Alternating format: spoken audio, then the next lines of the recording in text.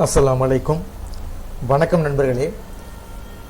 நம்ம இந்த வீடியோவில் மைக்ரோசாஃப்ட் எக்ஸலில் இப்போ இந்த 3 விதமான கமாண்டை பற்றி பார்க்க போகிறோம். இஃப் அண்டுனா என்ன, அதே மாதிரி இஃப் ஆர்னா என்ன, அதே மாதிரி இஸ் பிளாங்க்னா என்ன, இந்த 3 விதமான கமாண்டை இந்த வீடியோவில் பார்ப்போம். இப்போ ஃபஸ்ட்டு பாருங்கள், இதில் வந்து எக்ஸாம்பிளுக்கு வந்து என்ன கொடுத்துருக்கேன், ஒரு ஐட்டம் நேம்னு சொல்லி கொடுத்துருக்கேன், அதே மாதிரி குவான்டிட்டி சொல்லி கொடுத்துருக்கேன், அடுத்து ப்ரைஸு, அதே மாதிரி அமௌண்ட்டுன்னு சொல்லி கொடுத்துருக்கேன். இப்போ எக்ஸாம்பிளுக்கு ஏதாச்சும் ஒரு ஐட்டம் நேம் அடிக்கிறேன்னு வச்சுக்கலாம். இப்போ எக்ஸாம்பிளுக்கு சோப்பும் கொடுக்குறேன். இப்போ கொடுத்துட்டு எனக்கு வந்து 25 குவான்டிட்டி வாங்க முடியும். குவான்டிட்டி வந்து 25 பீஸ்ன்னு வச்சுக்கலாம். 25 சோப்பு வாங்குகிறேன். அதனுடைய ப்ரைஸ் வந்து எக்ஸாம்பிளுக்கு 25 ரூபீஸ்ன்னு சொல்லி கொடுத்துருக்கேன். ஓகேங்களா? 25 குவான்டிட்டி, அதே மாதிரி வந்து ப்ரைஸ் வந்து 25. இப்போ எனக்கு இந்த இடத்துல வந்து அமௌண்ட் வரணும். இப்போ அமௌண்ட் எப்படி வரும் உங்களுக்கு?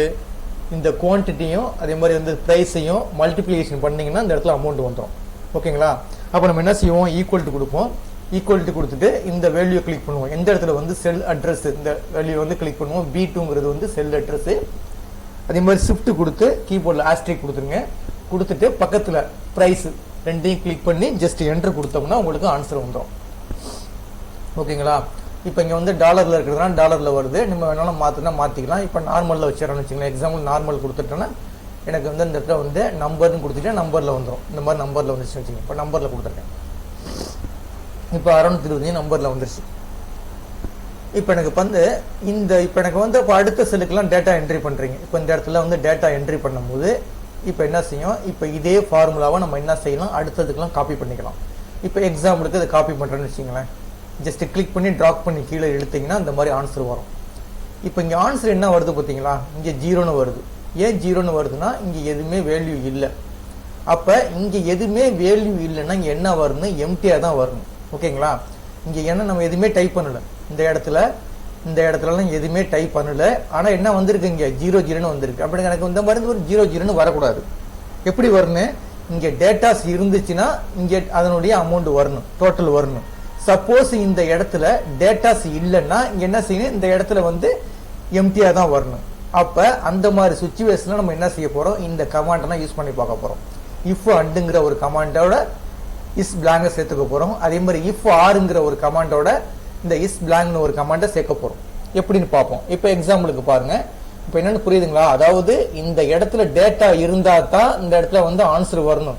இப்போ இந்த இடத்துல ரெண்டுமே எம்டியாக இருக்குது. அதாவது குவான்டிட்டியும் வந்து எம்டியாக இருக்குது, ப்ரைஸும் வந்து எம்டியாக இருக்குது. அப்போ இந்த இடத்துல என்ன இருக்குன்னு, எம்டியாக தான் இருக்குன்னு. இந்த இடத்துல டேட்டாஸ் வரக்கூடாது.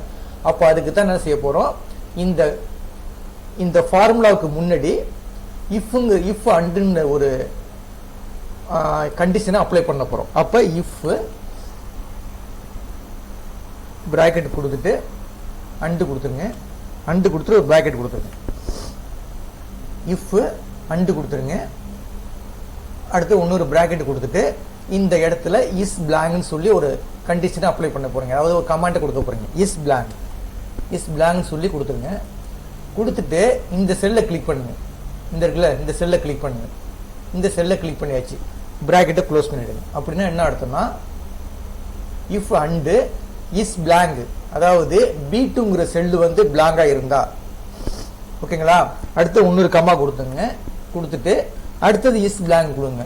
இஸ் பிளாங்கை கிளிக் பண்ணுங்க. கிளிக் பண்ணிவிட்டு அதே மாதிரி C2 கிளிக் பண்ணிவிட்டு பிராக்கெட்டை க்ளோஸ் பண்ணிவிடுங்க. ஓகேங்களா? அப்போ என்ன கொடுத்துருக்கேன், இஃப் அண்டு கொடுத்தாச்சு. இஸ் பிளாங்க் B2ங்கிற செல்லு வந்து பிளாங்காக இருந்தா, அதே மாதிரி C2 செல்லும் ரெண்டும் வந்து பிளாங்காக இருந்துச்சுன்னா, ஓகேங்களா? அப்போ இந்த அண்டுடைய மீனிங் எடுத்தோம்னா ரெண்டு செல்லையும் போய் பார்க்கும், B2வையும் போய் பார்க்கும், C2வையும் போய் பார்க்கும். ரெண்டும் வந்து ட்ரூவாக இருந்துச்சுன்னா ஒரு கமா கொடுத்துட்டு டபுள் கோட்டு கொடுத்துங்க. டபுள் கோட்டு என்ன அர்த்தம்னா, ரெண்டுமே பிளாங்காக இருந்துச்சுன்னா, அதாவது B2வும் C2வும் பிளாங்காக இருந்துச்சுன்னா உங்களுக்கு ஆன்சர் என்ன வரும், ஒன்றுமே இருக்காது, வெறும் எம்டியாக தான் இருக்கும். அதுதான் வந்து டபுள் கோட்டு கொடுத்துருங்க. டபுள் கோட்டு கொடுத்துட்டு உள்ள நான் வந்து எதுவுமே வேல்யூ கொடுக்கல. ஓகேங்களா? ஒரு கமா கொடுத்துருங்க. ஒரு கமா கொடுத்துருங்க. கமா கொடுத்துட்டு சப்போஸ் ஏதாச்சும் வந்து வேல்யூ இருந்துச்சுன்னா பக்கத்தில் உள்ள இந்த ஃபார்முலா எடுத்துக்கும். அப்போ இந்த கொட்டேஷனில் இந்த ஃபார்முலா கொடுத்துருங்க. ஓகேங்களா? கொடுத்துட்டு இப்போ எத்தனை பிராக்கெட் ஓப்பன் பண்ணியிருக்கோம், 1 2 3 4 பிராக்கெட் ஓப்பன் பண்ணியிருக்கோம். அப்போ நம்ம இந்த இடத்துல நம்ம என்ன செய்யணும், இப்போ இந்த இடத்துல வந்து இதுக்கு இந்த இஸ் பிளாங்கோட இஸ் பிளாங்க் இங்கே முடியுது. அப்போ இங்கே ஒரு கொட்டேஷன் கொடுத்துங்க, இங்கே ஒரு ப்ராக்கெட்டை க்ளோஸ் பண்ணிவிடுங்க. க்ளோஸ் பண்ணிவிட்டு மொத்தம் 2 3 4 ப்ராக்கெட் ஓப்பன் பண்ணிடுங்க. எத்தனை க்ளோஸ் பண்ணிடுறீங்க? 1 2 3 க்ளோஸ் பண்ணிடுறீங்க. அப்போ லாஸ்ட்டில் ஒரு ப்ராக்கெட் போட்டு க்ளோஸ் பண்ண வேண்டியது. 4 ப்ராக்கெட் கொடுத்து என்டர் தட்டினீங்கன்னா உங்களுக்கு ஆன்சர் வந்துடும். என்ன வருதுங்க இடத்துல? தவறாக வருது. அதாவது B2 ஸ்டாரு C2 ரெண்டையும் பெருக்கி போடுற மாதிரி சொல்லி இந்த இடத்துல கொடுத்துருக்கோம். அப்போ 2 இடத்துலையுமே வேல்யூ இருக்கு. இப்போ வந்து இது ரெண்டு வந்து இந்த B2வும் C2வும் வந்து பிளாங்கா இல்லை, வேல்யூ இருக்கு. பிளாங்கா இருந்தால் டபுள் கோட்டு வரணும். ஓகேங்களா? டபுள் கோட்டு கொடுத்தாச்சு. ரைட். இந்த இடத்துல நமக்கு தேவையில்லை, இந்த கொட்டேஷன் தேவையில்லை. இந்த கொட்டேஷன் கொடுக்கக்கூடாது. இங்கே கொட்டேஷன் கொடுக்க வேணா, இந்த இடத்துல கொட்டேஷன் கொடுக்காதீங்க. கொடுத்துட்டு ஜஸ்ட் என்டர் தட்டுங்க, உங்களுக்கு இப்போ ஆன்சர் வந்துடும். வந்துருச்சிங்களா? ஏன் இந்த இடத்துல ஆன்சர் வருதுன்னா இங்கே பாருங்க என்ன இருக்கு. B2 நம்ம என்ன சொல்லியிருக்கோம்? எம்டின்னு சொல்லியிருக்கோம், எம்டியா இருந்தா. அதே மாதிரி C2 வந்து எம்டியா இருந்தா. அப்போ ரெண்டுமே எம்டியா இல்லை, எம்டியா இருக்கு. ரெண்டும் எம்டியா இருந்தா டபுள் கோட்டு. டபுள் கோட்டு மீன்ஸ் என்னன்னா எதுவுமே வேல்யூ சொல்லாது, வெறும் வந்து எம்டியா காட்டும். சப்போஸ் ரெண்டுலேயும் வந்து என்ன இருக்கு, டேட்டாஸ் இருக்கிறதுனால இந்த ரெண்டையும் மல்டிப்ளிகேஷன் பண்ணி இங்கே போட்டுடுச்சு. ஓகேங்களா? இப்போ புரியுதுங்களா? இப்போ இதே ஃபார்முலாவை நான் அடுத்ததுக்கெல்லாம் காப்பி பண்ணுறேன். இப்போ பாருங்க எல்லாத்துக்கும் 0 வந்துருச்சு பாருங்க. ஏன்னா இதே ஃபார்முலா எல்லாத்துக்கும் நான் காப்பி பண்ணிட்டேன். ஏன் வந்து இந்த இடத்துல 0, அதாவது என்ன இருக்கு, வேல்யூ இல்லை, அதனால இங்கேயும் வந்து 0ன்னு காட்டுது. அதான் கொடுத்துருக்கோம். இங்கே என்னது, மற்ற செல் இது பாரு பிளாங்கா இருந்துச்சா B2. இப்போ அடுத்தது காப்பி பண்ணது C2ன்னு வரும். அடுத்தது வந்து இந்த மாதிரி D2 இந்த மாதிரி இது பண்ணி காட்டுவோம். இங்கே பாருங்க ஒவ்வொன்றையும் மாற்றிக்கும். இங்கே வந்தோடனே B3ன்னு வந்திருக்கும், இங்கே வந்தோடனே C3ன்னு வந்திருக்கும். அப்போ ஒவ்வொரு செல்லையும் பார்க்கும்போது அந்த செல்லு வந்து எம்டியா இருந்துச்சுன்னா ஆன்சரை வந்து எம்டியா காட்டும். சப்போஸ் வேல்யூ இருந்துச்சுன்னா இந்த ரெண்டையும் மல்டிப்ளிகேஷன் பண்ணி தூக்கி போட்டுக்கும். அப்போ அண்டனுடைய மீனிங் என்னன்னா, 2 செல்லும் ட்ரூவா இருந்துச்சுன்னா ஆன்சர் வந்து ட்ரூன்னு காட்டும். சப்போஸ் ஒரு செல்லு ஃபால்ஸா இருந்தாலும் என்ன சரியா வந்து ஆட்டோமேட்டிக்காக இதாகிடும். அதாவது 2 செல்லும் வந்துருக்குன்னு, 2 செல்லுமே ட்ரூவா இருக்குன்னு, ட்ரூவா இருந்தால் ட்ரூன்னு சொல்லி காட்டும். ஓகேங்களா? இப்போ பாருங்க அடுத்த செல்லும் ஆட்டோமேட்டிக்காக எம்டியா வந்துருச்சு. இப்போ இந்த இடத்துல இப்போ நான் என்ட்ரி பண்ணுறேன். இந்த இடத்துல போய் டேட்டாஸ் என்ட்ரி பண்ணுறேன். இப்போ எக்ஸாம்பிளுக்கு வந்து கோல்கட்னு அடிக்கணும்னு வச்சுங்களேன். கோல்கட்னு அடிக்கிறேன், அடிச்சுட்டு அது ஒரு 10 கோல்கட்டு வாங்குறேன். ஒரு கோல்கட்டு விலை வந்து 50 ரூபான்னு வச்சுங்க. இப்போ இங்கே கொடுத்தோன்னா ஆன்சர் வந்துருச்சு பாருங்க, 500 வந்துருச்சு. ஓகேங்களா? இப்போ அடுத்த செல்லு பாருங்க ஏன் வந்துருச்சு, ரெண்டுலேயும் டேட்டாஸ் இருக்குது, அதனால ஆன்சர் வந்துருச்சு. சப்போஸ் இங்கே பாருங்க, இப்போ இந்த இடத்துல மட்டும் நான் வேல்யூ அடிக்கிறேன். இப்போ 45 அடிக்கிறேன். பார்த்தீங்களா? ஏன் வந்துருச்சு 45னா என்ன வருது, இங்கே 0ன்னு வந்துருச்சு. ஏன்னா ஏதோ இடத்துல வேல்யூ இருக்குது. அதாவது ரெண்டும் வந்து எம்டியா இருந்தால் தான், ரெண்டும் எம்டியா இருந்தால் இங்கே எம்டியா இருக்கும். ஏதோ ஒன்றில் வந்து டேட்டாஸ் வந்துருச்சு இல்லை, அதனால வந்து 0 காட்டுது. அப்போ இங்கே ஒரு நம்பர் அடிச்சு பாருங்க, நம்பர் அடிச்சுன்னா உடனே ஆட்டோமேட்டிக்காக இங்கே ஆன்சர் வந்துடும். ஓகேங்களா?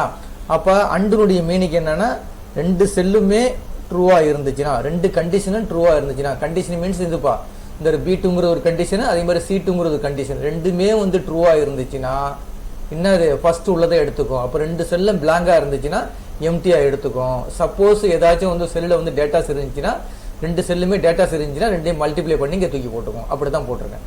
அப்போ இது வந்து என்ன, அண்டனுடைய யூசேஜ். ஓகேங்களா? இப்போ இதே வந்து என்ன செய்ய போகிறேன், இந்த ஃபார்முலா தூக்கிட்டு வச்சிங்களேன், இந்த டேட்டாஸ்லாம் தூக்கிடலாம். தூக்கிட்டு இப்போ இங்கே பாருங்கள், இதையும் தூக்கிட்டேன். இப்போ இந்த அண்டுக்கு பதிலாக நீங்கள் என்ன செய்ய போகிறேன், ஆர்னு கொடுக்க போகிறேன். ஆர் கொடுக்குறேன். அப்போ ஆர்னுடைய மீனிங் என்னன்னு பாருங்க. ஆர்னா என்னன்னா, ஏதாச்சும் ஒன்று ட்ரூவாக இருந்தாலும் ஆன்சர் எடுத்துக்கும். இப்போ 2 இடத்துலையுமே என்ன, ரெண்டுமே பிளாங்குன்னு சொல்லி கொடுத்துருக்கோம். ரெண்டுமே பிளாங்குன்னு சொல்லி கொடுத்துருக்கோம். ஆனால் ரெண்டுலேயுமே வேல்யூ இருக்குது, அதனால் வந்து கால்குலேஷன் பண்ணி போட்டுடுச்சு. இப்போ இதே ஃபார்முலாவை நம்ம என்ன செய்ய போகிறோம், அடுத்ததுக்கெலாம் காப்பி பண்ண போகிறோம். இப்போ பாருங்கள், காப்பி பண்ணி போட்டு வரேன். இப்போ எல்லாமே 0ன்னு வந்துருச்சு. ஏன்னா 2 இடத்துலையும் வேல்யூ கிடையாது, அதனால 0ன்னு வந்துருச்சு. இப்போ பாருங்களேன், ஏதாச்சும் ஒரு இதில் போய் அடிக்கிறேங்க டேட்டு. பார்த்தீங்களா? இப்போ ஒரு இதில் அடிக்கிறேன். நான் போன ட்ரிப் பண்ணாது, ஒரு இதில் அடிக்கும் போது இங்கே 0 காட்டுச்சு. அப்போ அண்டனுடைய மீனிங் என்ன, அண்டனுடைய மீனிங் என்னன்னா, ஏதாச்சும் ஒன்றில் வேல்யூ இருந்தாலும், இப்போ பாருங்க ரெண்டுமே வந்து சொல்லியிருக்கு, B3லையும் எம்டின்னு சொல்லியிருக்கு, C3லையும் எம்டின்னு சொல்லியிருக்கு. ஆனால் இப்போ என்ன இருக்கு, B3ல வந்து வேல்யூ இருக்குது. அப்போ வந்து ஃபால்ஸ் தானே அது. அதாவது ஏதாச்சும் ஒன்று ட்ரூவாக இருந்தாலும், அப்போ இந்த கண்டிஷனை பொறுத்த வரைக்கும் ஒன்று வந்து ட்ரூவாக இருக்குது, அதனால் வந்து என்ன செஞ்சிச்சு, இந்த இடத்துல வந்து 0 தூக்கி போட்டுடுச்சு. அப்போ அண்டுன்னு சொன்னீங்கன்னா ரெண்டுமே ட்ரூவாக இருக்குன்னு.